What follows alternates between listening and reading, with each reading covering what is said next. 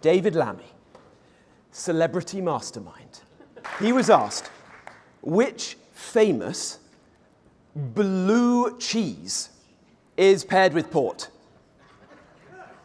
He replied, Red Leicester. Now, you might be wondering, what have I got in this box? Well,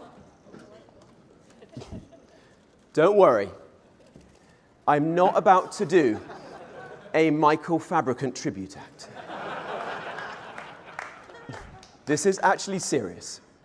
For those of you at the back of the room who can't see, I have here a judge's wig. It's something we should all respect and revere.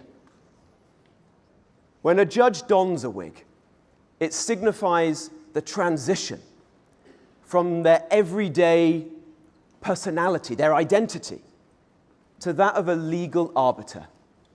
It's a visual representation of the judge's role as an unbiased mediator, focused solely, only, on upholding the law and delivering justice. An unbiased mediator, that is what a judge should be. And that is what the vast majority of judges in our legal system do.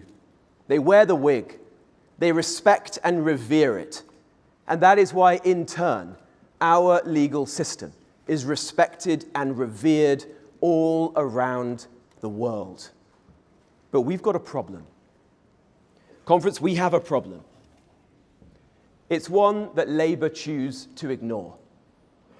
Today, I've uncovered dozens of judges with links to Open Borders charities who take to social media to broadcast their Open Borders views, who spent their whole careers fighting to keep illegal migrants in this country. Some even continue to do so whilst astonishingly serving as judges. It's like finding out halfway through a football match that the ref is actually a season ticket holder for the other side. I think we've got reason to be optimistic. And that's because, in ways that matter most profoundly, the fantasists, masquerading as experts, are seeing their myths busted. The people got it right, while they got it wrong. Wrong on mass migration, wrong on free speech, wrong on net zero, wrong on two-tiered justice. Make no mistake, the old order, it's collapsing. For too long, the chattering classes drowned out the voice of the people. Our job, conference, is to make sure that the people's will prevails. But it won't be easy. It won't be easy. Because right now, the gap between the government and the governed is wider than ever before. Ladies and gentlemen, let me give you one example of that great gulf. I present to you the Attorney General, Richard Hermer. Like one of those infamous mafia lawyers of yesteryear, Hermer always chose a particular type of client. Shamima Begum, Osama bin Laden's right-hand man, terrorists involved in 7/7. Since taking office, the advice we're told Lord Hermer has given to Starmer and his cronies, like to give away the Chagos Islands to an ally of China and to pay billions of pounds for the privilege. In each and every one of these incidents, he's wasted no time establishing himself as a useful idiot for our enemies. His rise symbolizes the central truth of Keir Starmer's government. Labour is just not on Britain's side. Why on earth?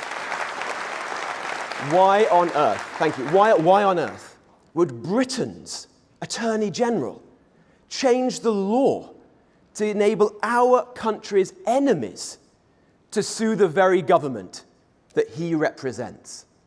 Well, it makes more sense when you realise that another of Lord Hermer's old clients was, you guessed it, Gerry Adams. Gerry Adams. Not long ago, a man with his past would have had no place in mainstream politics. Now he sits around the cabinet table and he influences the biggest decisions about our country. The same cabinet table that the IRA tried to blow up in 1991. Shame on him, and shame on the man who appointed him. It's tough being a Tory.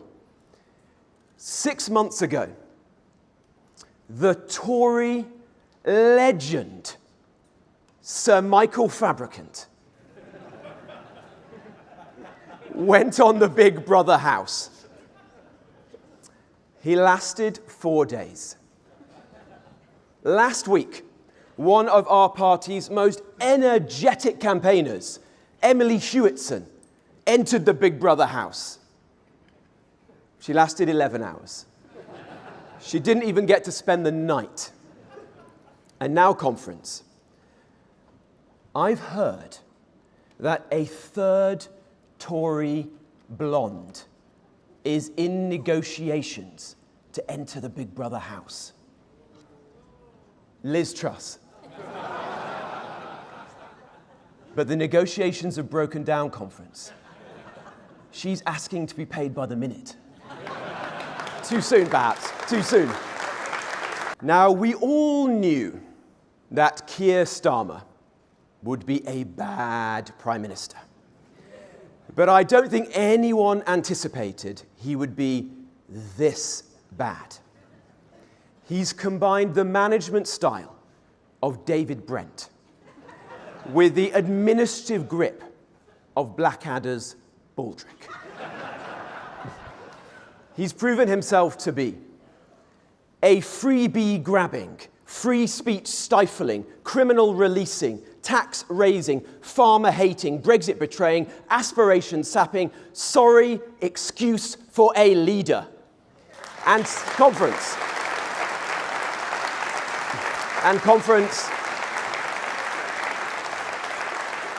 This is someone who makes a hole in the air look substantial. Peter Mandelson appeared trustworthy, and Mr. Bean looked like a model of competence and grip. Don't let anyone tell you that opposition is pointless. It matters. And right now, with this government, it matters more than ever.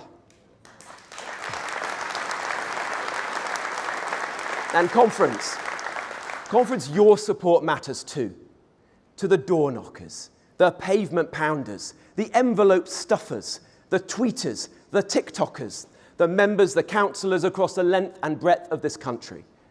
Let me say to you, each day, in all kinds of ways, you are getting things done, far away from the wood-panelled corridors of Westminster. I say thank you. Thank you for everything that you are doing. You are making our country a better place. And please, though it may feel tough, don't ever forget what you are doing for all of us right now. Thank you. Now we all know that feeling when you've eaten too much and you simply think, enough. As those of you who've known me for a while will know, I used to feel that a lot more than I do today. But speaking to people out in the country, I think the British people are using that same word, enough. Enough of being overlooked.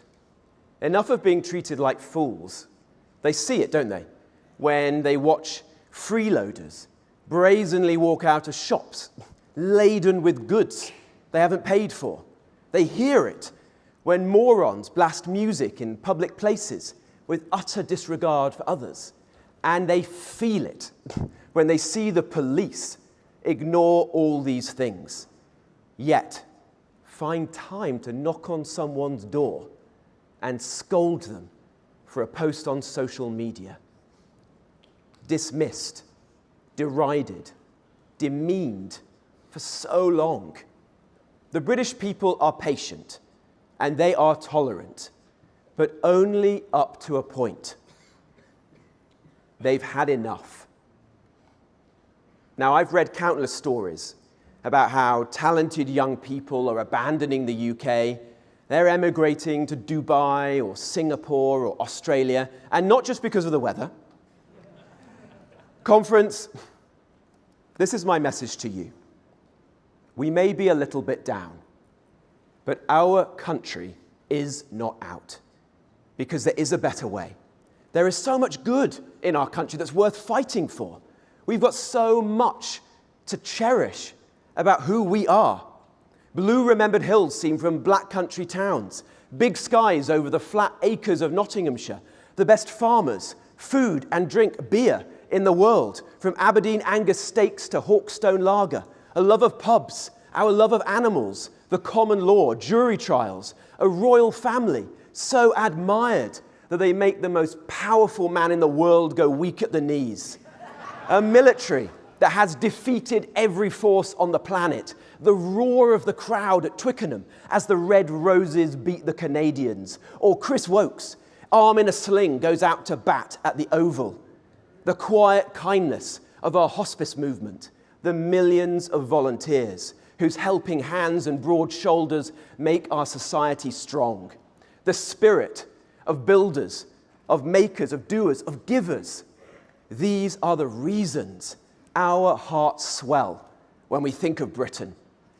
I see it, conference, and so do you.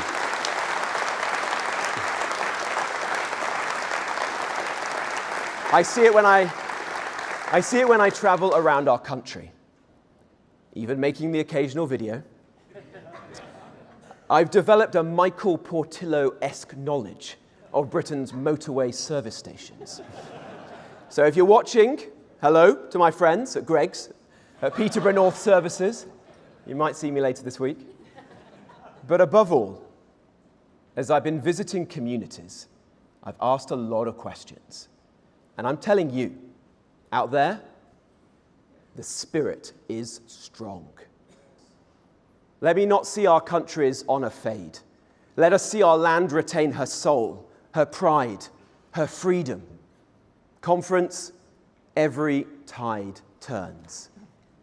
I can feel Britain's fortunes turning. So let's pick ourselves up.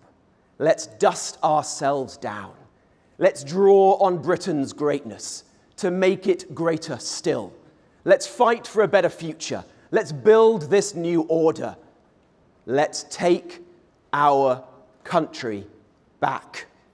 Thank you, conference. Thank you.